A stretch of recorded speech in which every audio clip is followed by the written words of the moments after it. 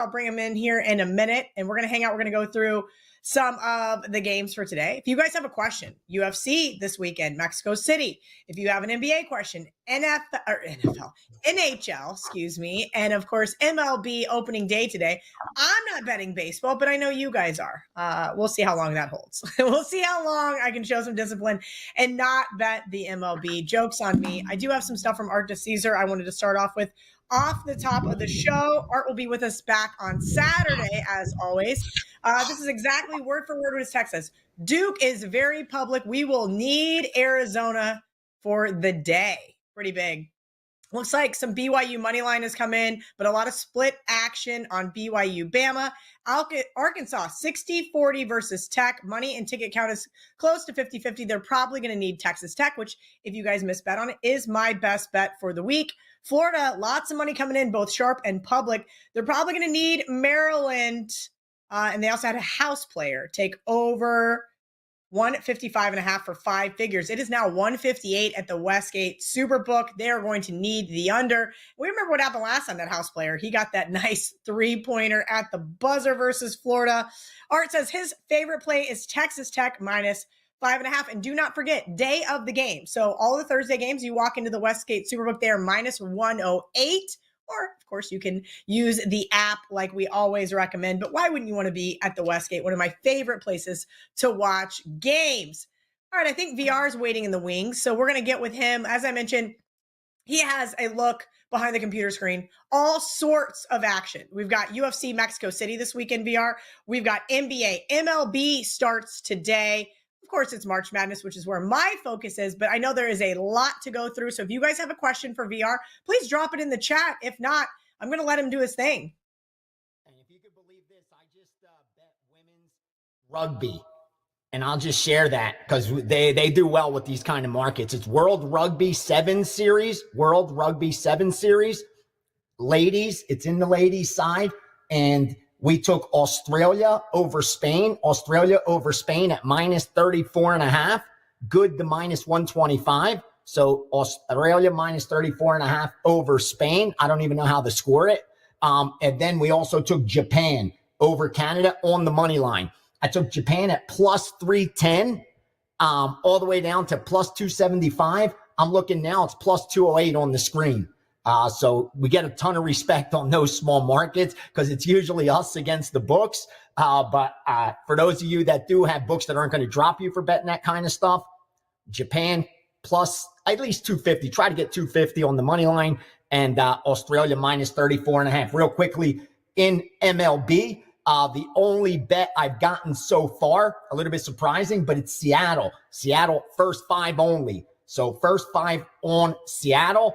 Usually it takes a few days. Like after the second, third day, you'll start seeing the bet syndicates really get involved. Today, the easiest thing for them to do is scalp a lot of these games. Push the market in one direction, come back, bet the other side, set themselves up nicely with a minus 130 on one side and a plus 133 on the other side. And they're making 3 cents on every 200 bet that way, more or less. So be careful following steam, especially early on in Major League Baseball. After a week or so goes by and they have a little data, because it's such a long season, it's the one sport that I'm telling you, I've been saying it forever, that if you ask any of the betting syndicates if they could only bet one sport, what would it be? They'd all say MLB, without a doubt, only because the sample size of data is so huge.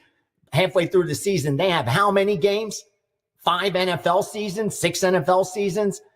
And by the time the All-Star break is, they already have an entire NBA season.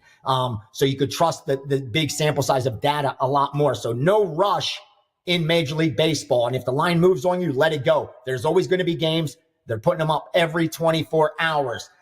Getting back to quick. Let me jump in real quick with MLB, just because I know the games are going to start here shortly. And I love not betting MLB. I miss the great Dave Koken. He was one of the people I followed, and I follow Arrow Epstein from time to time.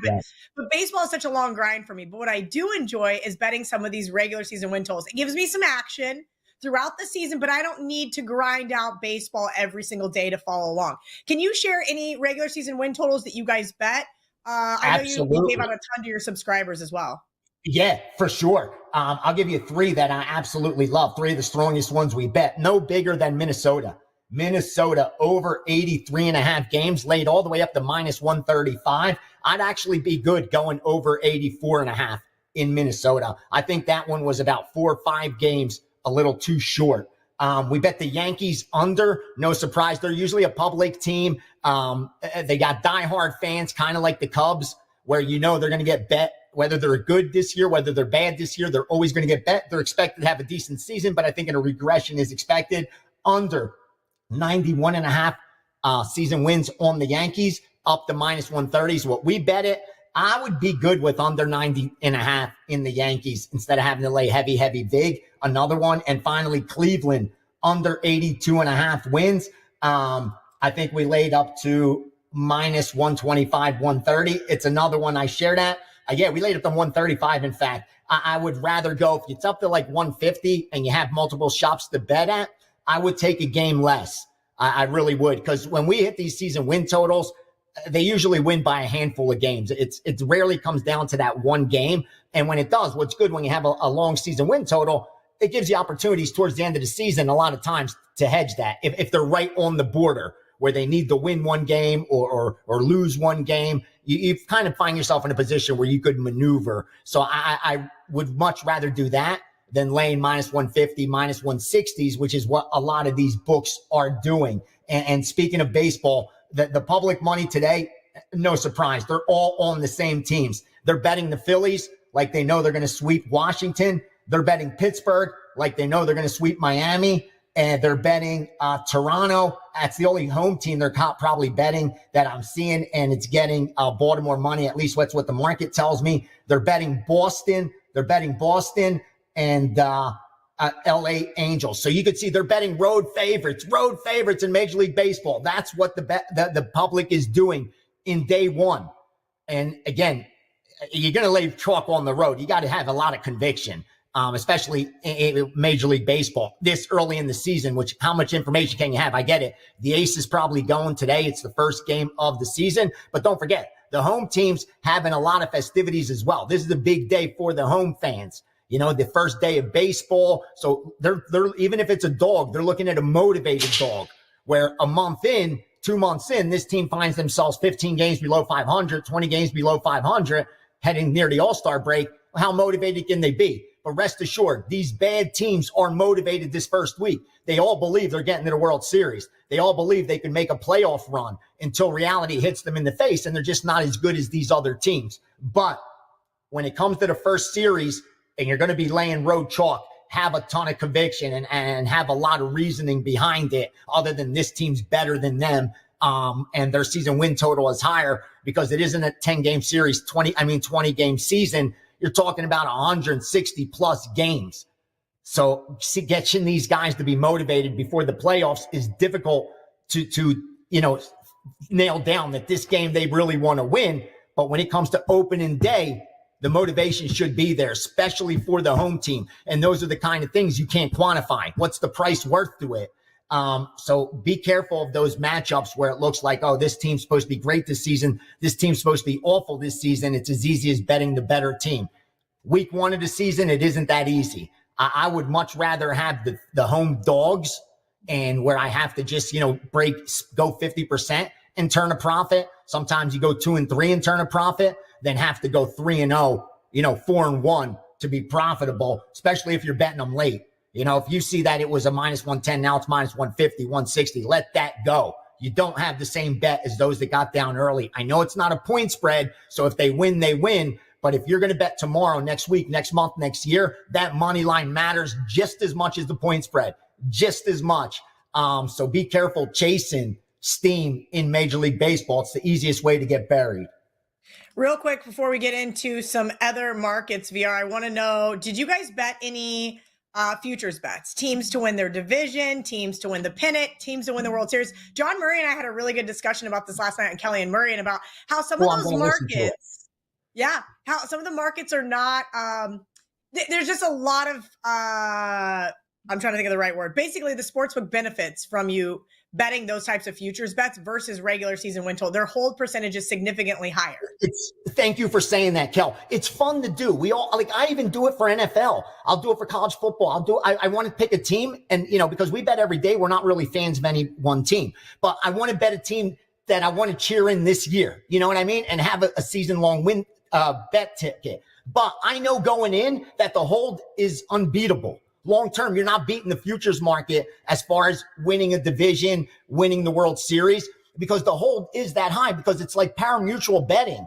It's like the horse track. That's why horses can't be beat, because it's a pool of money. And as the money goes on horse number one, the odds change on every other horse. And that's what happens with the futures market. The money starts coming in on this team, that team, the odds start to shift for every other team, because it's like pari-mutuel betting, and the hold sometimes is upwards of 25, 30, 40%. You're talking about parlay hold, and they're holding your money for 6 months. It looks great. You got a 30 to 1, 40 to 1, 50 to 1 ticket, and you're like, that's great odds if I nail this bet. But rest assured, that 50 to 1 should probably be 75, 80 to 1. And you're never getting those true odds because of the pari-mutuel style that those markets have. And the built-in hold edge is so huge. It's very difficult to overcome. In fact, most of the groups I work with never bet those. The rare time they bet it, I take it really seriously. Like they took Texas in the women's NCAA tournament. That almost never happens, but they took Texas at 11 to 1, 10 to 1. We know South Carolina is the best, but they figure if Texas could get there, probably could get some equity out of it. But rarely do I ever see that. Like I didn't see it in the men's side this year. I didn't see it in those brackets at all. And I'm not surprised I don't have any future to share in Major League Baseball as far as winning the division, winning the AL or NL, or winning the World Series. Believe me, that the money's made on season win totals. Like you said, there's a ton of value on those, and day by day. You could really do some damage in baseball day by day, especially if you're selective and really follow the market and the sport. It's one of those sports, again, that they have limited time to put up betting lines. There's so much going on with bullpens. Did they throw a lot of innings last night? Did they not throw a lot of innings last night? Like there's a lot going on, and so much for them to quantify that you could really find edges. And more importantly, you could trust the data because you have a big sample size. So when you see regression, a spot where a regression you expect, it will happen. You have a long enough season where it will regress towards the mean. It will progress towards the mean. Where sometimes in the NFL and college football, it just doesn't happen. A team will outperform the betting market longer than it's expected, and the season just ends. You never get that point where they regress. In baseball, that will not happen. The team will regress and progress towards the mean. Those teams that get out way ahead. And we know that in baseball, you win a division by winning 6 out of 10 games. Like maybe one each year is a team that, is an outlier, but rarely does the division winner have to win 70% of their games. So keep in mind, even those best teams in the division are not going to cash 7 out of 10 bets, 8 out of 10 bets. So if you're laying that heavy chalk, you got to be cautious. And the difference between first place and last place, a lot of times, or at least second to last place, third to last place, is not all that many games. Like they're not that much bigger. And it's how it should be. Because when you have a big sample size, everything should regress and progress towards the mean. And there's a lot more parity, where when you have a small season, parity gets thrown out the window a lot of times. The team gets hot and that's it. They outperform the betting market. They get far ahead and there's no time for the regression. In baseball, they will regress. Stay away from those future bets. Just tuck a ticket in your pocket. Just know you're not getting the best of it, but we all have some gamble in us. But if you're going to invest that money, do it day by day and in season win totals. That's where you're going to get your greatest edges. Awesome stuff. Guys, if you have a question or Gianni Corrales, you guys know him from the UFC. Let's see if we have a couple here. DJ Duvernay, I don't know. Anyway, do we like my Terps/Scrap 5 to keep the game close? Possibly knock out Florida tonight. Be completely honest, my feelings won't be hurt. VR and I did bet on it yesterday, and I said, VR, I was having some real FML moments going. I did not hedge my Florida 40-1 ticket versus UConn, and Marco came on afterwards, VR, and said, Kelly, you should have taken UConn plus the points. You would have won both. And I said, listen, I get it. So here's my thing tonight, VR. I do think Florida wins the game, right? I also have a Texas Tech at 30-1. You said yesterday, hey, I think you're not going to lose both, right? And then they play each other in the next round. So, what are your thoughts on Maryland tonight? I mentioned that Art said they were their second biggest need, that they were getting sharp and square money. Everybody's betting Florida. That makes me a little nauseous. I saw John Ewing from BetMGM tweet that Florida is the only 0-2 against a spread team. They're now in the Sweet 16. The last team to do it, start off 0-2 against the spread in the tournament and win the whole thing was Arizona in 1998. And I'm like, can you not? I do not need to see this. But maybe I do. Maybe it's the universe saying, Kelly, stop being stupid and hedge your ticket. And yesterday I told you, if you got two of them, you got decent prices, let it play out a little bit because we're still in the Sweet 16. There's an Elite Eight. There's a Final Four. A lot of things have to fall your way to cash that ticket. With that said, I stick to my rules. I live in the real world where, I don't like the quants will say don't ever hedge because you're giving up equity. You got the books by the balls. You never want to let it go. Dude, I live in the world where I get bills, where I have shit to pay for, where the economy is turning. Like if you got money on the table, sometimes you got to take it. No one ever went broke taking a profit. A lot of people went broke letting it ride. But I don't know a single person on the planet that went home locking in a profit. With that said, I do that when I like the other side. Like if I have a future ticket, but now we get down to the playoffs or I'm in the second round, third round, and it's like, dude, I actually like the other side. Then it's automatic. It's an automatic hedge. And in this spot, I'm going to be honest with the man. I think Maryland is the most dangerous number 4 right now in entire college basketball in this tournament. And it's reflected in the point spread because we talked about it yesterday. Duke, Arizona, 1 versus number 4. Purdue, Houston, 1 versus number 4. You could even throw Auburn close to there, 1 versus number 5.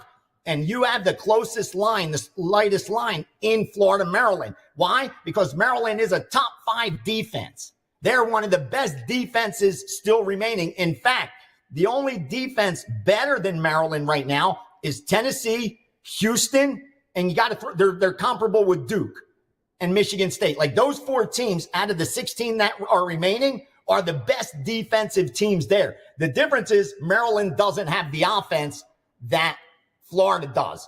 So they're going to have to win tonight with defense. Like they're barely a top 30 offensive team. In fact, the only teams left worse than them offensively are Arkansas, Michigan, Mississippi, Michigan State. 4 teams only worse than Maryland on the offensive side of the ball. That's the problem. Can they slow Florida down with their defense? Because Florida is also right there, top 10 defense. That's where the problem comes in. But this is one of those games. The deeper I look into it, Kel, I would hedge a little bit. I really would, especially with 6s out there. If you could get a 6.5, I mean, it's not out of the realm of possibility that Florida wins this game, but doesn't cover the spread. It comes down to the end. You think I should follow Marco's advice from the UConn game and take Maryland plus the points, not necessarily the money line, and hope for the middle? No money line it. I wouldn't money line it. I would look because you're so far out, the Sweet 16. So I would definitely look because the money line's paying you about, you could get plus 250 at some spots, plus 240. I would much be more comfortable taking the 6.5, especially since I'm not seeing a ton of steam on the over. Like if this was where I saw it open 154 and it's up to 158, 58.5, and it was sharp money, then the points don't matter as much. But when you're not seeing that, when you're seeing the public 8 out of 10 tickets going on the over, and yet the total hasn't moved significantly, I don't respect that money. And, if it's a lower scoring game than you think, then that means Maryland defense probably going to show up. So for me, I would 100% put a little bit of money, at least to cover the future bet, whatever the future bet's for. So it's a free roll. You know what I mean? Right. Like if you have $100 on it and it's at 10-1, at least cover that 100. No love lost right there. It isn't going to hurt you. You ain't got to go to 300, 400 because then you killed a lot of the equity you have into the next round, but just enough so it doesn't piss you off that you had a good bet, got to the Sweet 16, and I don't want it to cost me money now. I have a number 1 team that got this far, and this is why you take a number 1 team because you know they're going to be favored. And it's going to give you the opportunity. They damn sure weren't number 1 when I took this in December. And that's my thing is like, you took it in December? Damn. Yeah. So I bet a dime back in December, like December 8th, I think I gave it out at the Superbook. John Murray asked me to put together because now they're allowing people to parlay futures bets. And I said, I love the Ravens to win the Super Bowl and I love the Gators to win the whole thing. So we did. So I bet them separately as well, of course. Good for you. What was the Florida line? What number do you have? So I have a dime at 40-1. Oh, dude, yeah. Are you? Oh my God. Yes. I thought you had like 8-1, 10-1, 12-1. Oh, 40-1. Play with it. Yes. Hey, take Maryland. Please take Maryland. Again, I hope Florida goes out there and crushes them for you. So what would you do? Two dimes on Maryland plus the 6.5? Yeah, because you still have 40-1 to play with. You still have 38, 35, units of equity. And if Florida advances, rest assured, they're not going to be an underdog next round either. I don't see it. And then they'll be playing Texas Tech. So if both advance, I don't have to do anything for that game. You're not there. You don't do anything. You don't do anything at all. And next thing you know, you're in the freaking Final Four. Final Four. With still a ton of equity. I'm telling you, it's do it without regret, because you put yourself in a no-win situation where you're like, damn, I should have done it. Like, it was so obvious. Why didn't I not at least collect a dime off such a good dude? He made a bet back in December that could pay you $40,000 and you could lock in some profit right now. Dude, I would even be like, I'll lock it in 5 dimes. And if they lose, I could care less. I made 5-1 on my money. But at least 2 diamond, at least make $1,000, Kel. I know you're comfortable, and God bless you for that. Like, you're not dying. The money's not going to change your life. I'm not comfortable. That UConn game, literally the entire first half, I was standing at my kitchen counter. I refused to sit on my couch. I was like, you idiot. You because you want to hit it, but I'm saying the money's not going to change your life. I know your lifestyle. It's not going to affect. I've been wanting to buy a new car. I can buy a new car. That's a beautiful thing. I mean, it's not going to, it isn't life-changing money for you. You know what I mean? Like, it is, and God bless, that's a good thing. That's something to be proud of. It isn't life-changing money, but it's the fact that it's such a good bet. Oh my God, I'd pay you for that ticket. Like, just to have that ticket at 40-1. And the position you're in, dude, you're in the driver's seat. You could do whatever you want to them right now. Take advantage of the good bet you placed back in December, Kel. Don't let the dice, don't roll it, because there's so much randomness in 40 minutes. You know the shit that can happen. A bad call at the end of the game. Making their free throws like they did versus UConn. Yes, I was literally losing my mind. Yeah, they're up 2 with the second left. The guy chucks the basketball from full court, and you're like, seriously? You've bet enough games that you've lost every possible way. Like, there's every possible way that you could lose a bet, and there's probably one that hasn't happened yet. So don't tempt fate for that one way to happen. Just hedge, and then you kick your feet up and you don't care. Yeah. You enjoy it, and you cheer in Florida. You cheer in Florida, and don't get pissed if you lose the 2 dimes. Don't get mad. Side too, at 10-1, John Murray and I have a couple dimes over there as well. So if for some reason Houston and Florida make it to the national championship, I'm not losing any money. We'll leave it at that. Wow, good for you. Seriously, I just got so happy. I'm so happy for you. That's an You're awesome happy, and I'm over here riddled with anxiety as to what the right thing to do is. You know what it is. You already know. You just want someone to confirm it. You knew as soon as this matchup was posted and the betting line went up what you need to do. It's those demons we all fight every day as bettors. But you have enough experience. You know what to do with 40-1.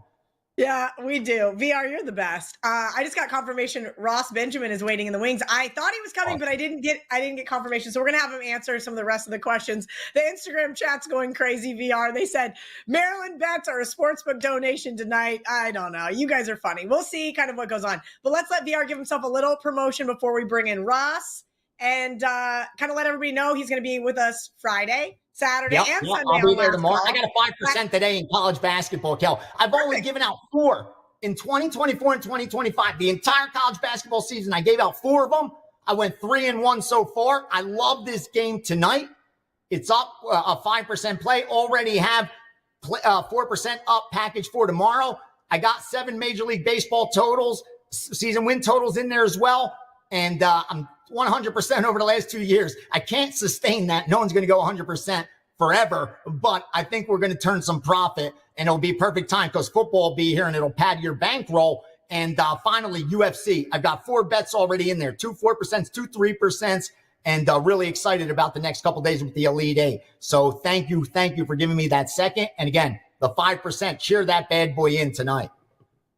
All right, we will see you tomorrow. Jesse Schul is going to be joining us as well. Right now, we got Ross Benjamin waiting in the wings to answer some of your college basketball questions. Thanks to VR for always providing his wonderful insight. We got lots of good MLB action. I just sent it over to Ariel Epstein. I'm kind of curious if she agrees with any of these public plays. But remember, I said I was not betting baseball this year, you guys. I'm going to show some discipline. I swear I'm not betting baseball. Ross Benjamin, welcome in to the show. Let's get some questions answered here. A couple of guys in the Instagram chat asking about BYU, Alabama. Now, I mentioned Art DeCesar had said that Alabama was getting a lot of love, both from the Sharps and the publics. I took BYU plus 5.5 early in the week.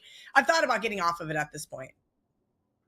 Yeah, I like the team total for Alabama in this game. I do. And, this is a game that should be a high-scoring game just based on the total. And we've seen the movement go from the opening number of 171 to, last I checked, 175, which is a huge move in a Sweet 16 game, especially on a total that high.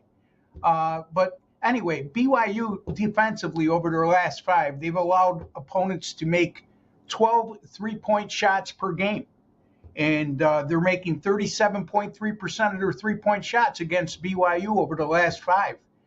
This is a BYU team that's gone 8-1 in their last 9, red hot, Kelly. And I'm sure that came into play when you made your bet today.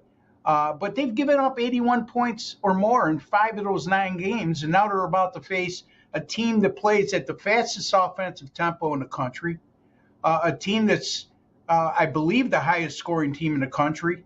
And Alabama has played 8 games this year with a total of 170 to 180, and they averaged 95.5 points per game in those contests. This is an Alabama team that's also scored 91 points or more 17 times this year and 100 points or more on 8 of those occasions. And again, BYU, they're going to be a willing dance partner. They play at a slow offensive pace or mid-range offensive pace in the national scale. But by the same token, Alabama very good at speeding opponents up. And this BYU team, I think they're going to be, they'll welcome the opportunity to go up and down the floor. And I like Alabama here over their team total of 90.5. Now, having said that, Cal, I still think you have an excellent opportunity to cover this game, even with Alabama, me going over that team total of 90.5, because if Alabama has an enigma, it's certainly on the defensive side of the floor, and they send teams to the free throw line an awful lot as well, playing their aggressive defensive style. So Alabama over 90.5, folks, for me, on their team total. Yeah, Ross, that was kind of what I was looking at. This Alabama team, I'm not going to say anything bad about them because offensively they are a juggernaut. We know exactly what we're going to get from them. But unfortunately, from time to time, they live and die by the 3. And if their threes aren't falling, and even sometimes when they are, like against teams like Florida, right? Both times against Florida, Mizzou, right? These high-scoring affairs, you can't always just win by outscoring your opponent. You've got to show up defensively. You also mentioned from the charity stripe, they have some issues there, and they turn the ball over more than a team I want to be laying points with here. I know BYU also has its set of turnovers, but I think I'm with you. Look, team total over, both team totals over, game over, and that doesn't always bode well for plus the points here, but I do like this BYU team offensively. I think they're going to get short buckets. They're going to be able to knock down threes as well. So I did take the points here. I thought that hook was just a little too much. Not a ton of value, but I think that BYU can slow down Alabama, and we'll see if they can't keep it within the 5. And we'll leave it at that. Well, Again, not a play that slow down, but I hope you cover. So thank you. Yes. We'll see. And I don't think those two things bode well for one another. Like I said, I've thought about getting off this BYU play since I basically made it. I made it earlier in the week, and I thought, I like Texas Tech a lot more. So let's talk about that Texas Tech team versus Arkansas and kind of answer some of these questions in the chat.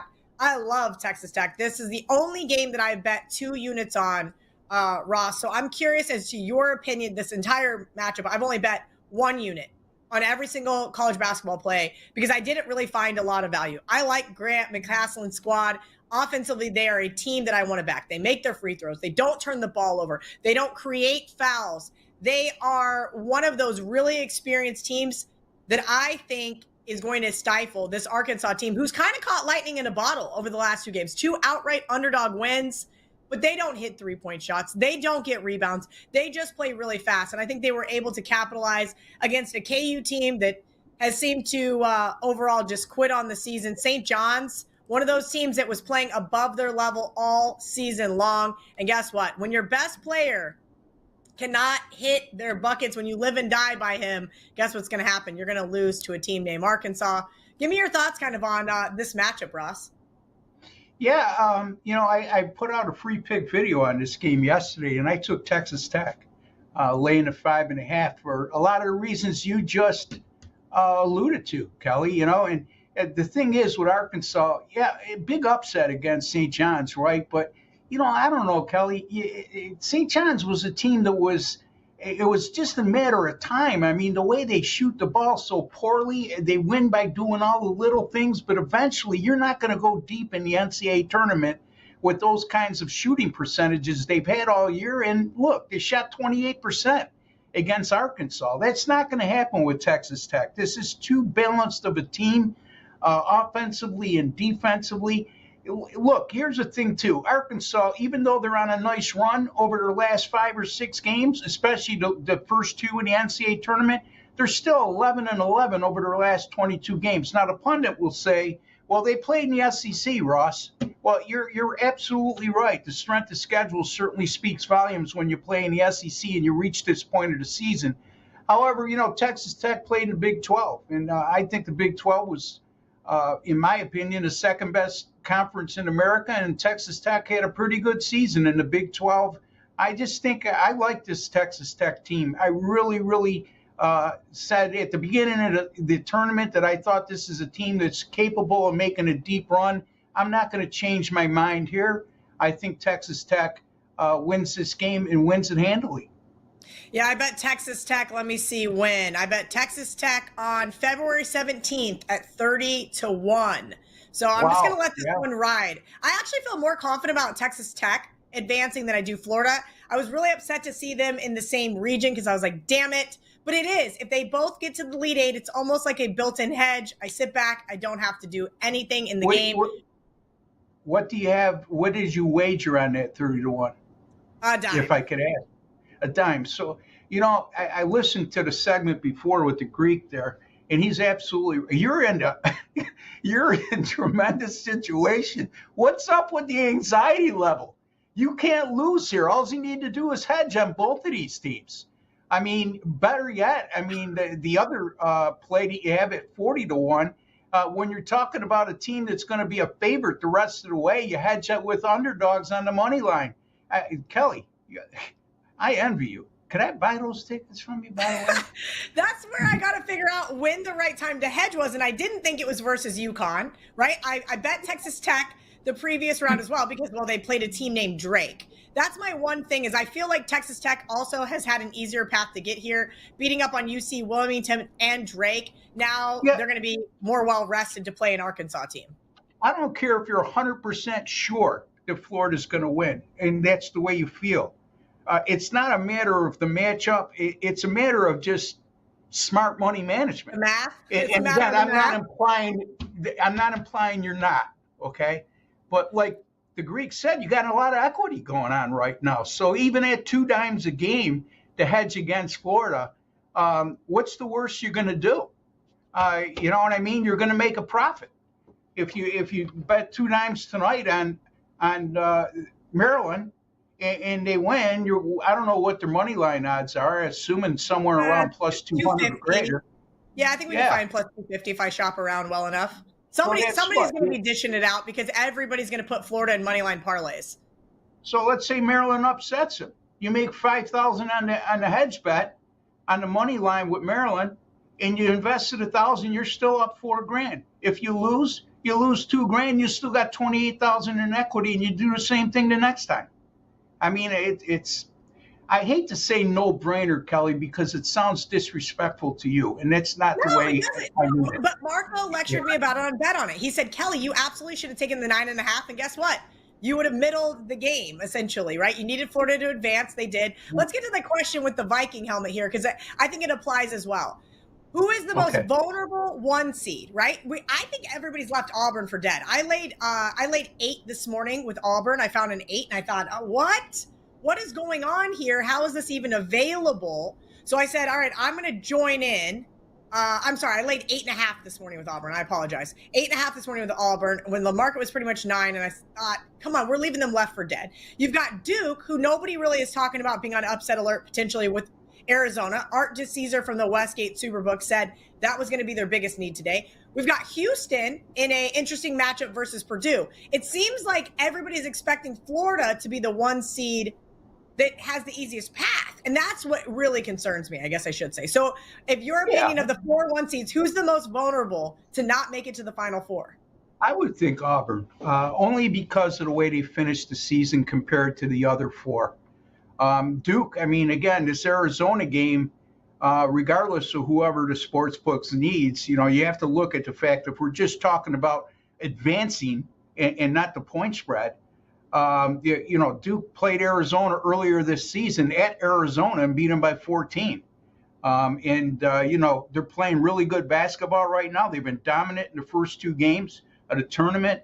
Arizona, to me, is a team that scares me because they were terrible in their non-conference portion of the schedule. I think they were 0-4 against power conference teams in the non-conference portion of the schedule, and they didn't finish the year particularly strong.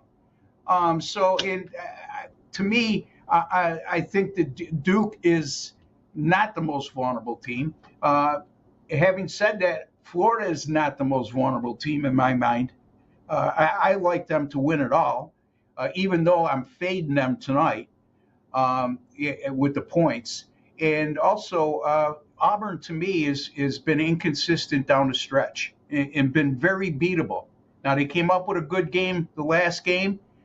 Can they continue? Well, I mean, they've shown where they played terrific one game and come back the next, and they're very ordinary. So I think they would be, in my opinion, Kelly, the most vulnerable number 1 seed left in the tournament. Okay, that does make me feel a little bit better.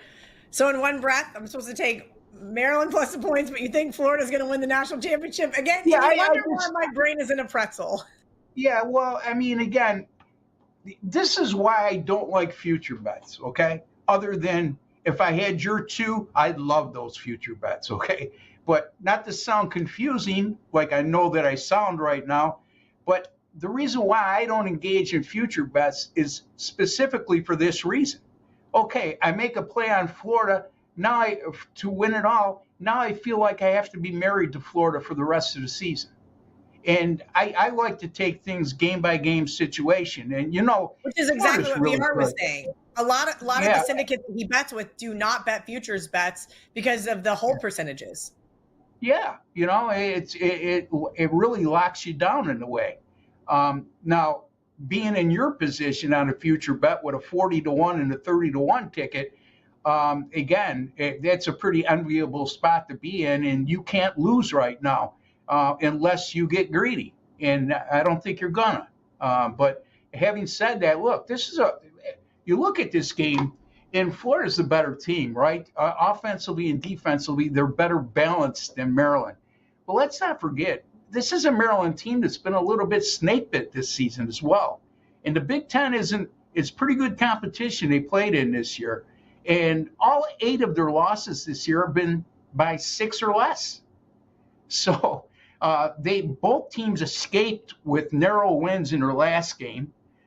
Maryland defensively, as the Greek said, good defensively all season long. Their last 5, you're looking at 65 points per game allowed, less than 40% shooting against them, and they've held the opposition to 25% from beyond the 3-point line over their last 5.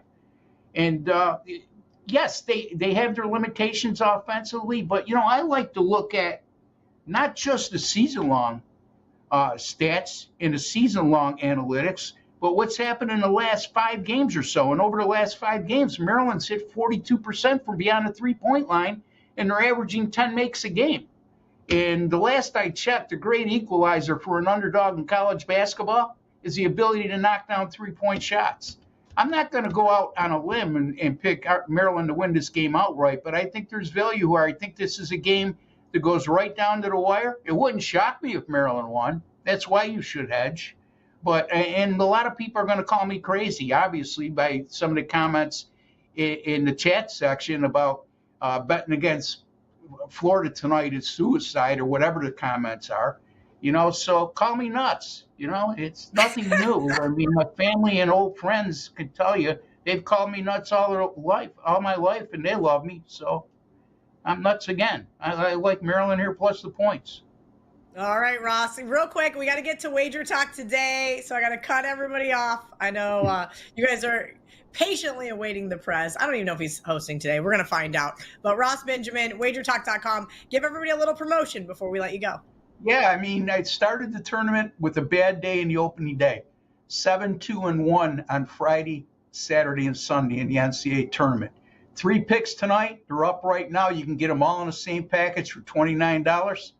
And I'll have more picks up later today for tomorrow. And so my NCAA tournament last year, I finished number 2 at WagerTalk, 61% winners and over 2,800 of profit.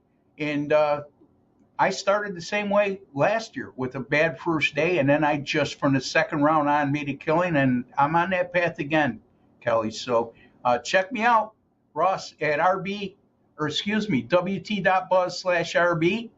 And my NBA, don't go to sleep on the NBA. 60% winners since the middle of November, going back to February 23rd of last year, over 7,300 in profit. 58% win rate over the last 13 months. So NBA making a killing as well, folks. So don't go to sleep on the NBA. If I put something out in the NBA right now, especially the last 2 weeks of the year, where I like to really slow it down for obvious reasons, take advantage of those offers as well. Awesome stuff from Ross Benjamin and, of course, Gianni Corrales. We call him Vegas Runner, Ace. You know him. He'll be back tomorrow, as well as Jesse Schul from WagerTalk.com. Guys, if you've got knocked out of your Survivor pool, we got about 8 hours to still join the Kelly and Murray Revival Survivor Sprint. It's going to start with the Sweet 16. Splashsports.com/Kelly in Vegas. Huge overlay. Last I looked, it was over $18,000. All right, guys. Well, we'll see you tomorrow morning, bright early there on the West Coast, 8 a.m. Pacific, 11 a.m. Eastern. Good luck on your wagers today.